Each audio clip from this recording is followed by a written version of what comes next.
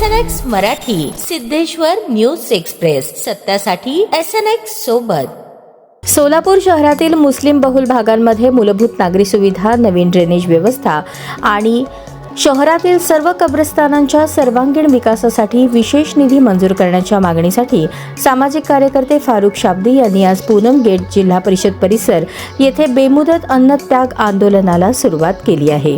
शहरातील अनेक मुस्लिम बहुल भागांमध्ये रस्ते, गटारी, पिण्याचे पाणी, स्वच्छता, पथदिवे आणि ड्रेनेज व्यवस्था अपुरी असल्याने नागरिकांना मोठ्या अडचणींचा सामना करावा लागत असल्याचे आंदोलनकर्त्यांचे म्हणणे आहे। तसेच शहरातील विविध कब्रस्तानांमध्ये संरक्षण भिंत, अंतर्गत रस्ते, पाणी, स्वच्छता, प्रकाश व्यवस्था आणि इतर मूलभूत सुविधांचा अभाव असल्याने तातडीने विकास कामे हाती घेण्याची मागणी करण्यात आली। या प्रश्नांबाबत अनेक वेळा लोकप्रतिनिधी, महानगरपालिका प्रशासन आणि संबंधित अधिकाऱ्यांकडे पाठपुरावा करूनही अपेक्षित कार्यवाही झाली नसल्याचा आरोप आंदोलनकर्त्यांनी केला। तसेच महापालिकेच्या 2026-27च्या अर्थसंकल्पात या कामांसाठी स्वतंत्र निधीची तरतूद नसल्याबद्दलही नाराजी व्यक्त करण्यात आली।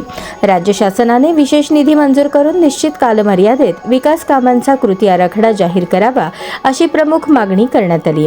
शासनाकडून सकारात्मक निर्णय होईपर्यंत हे बेमुदत आंदोलन सुरू राहणार असल्याचे फारुख शाब्दी यांनी स्पष्ट केले।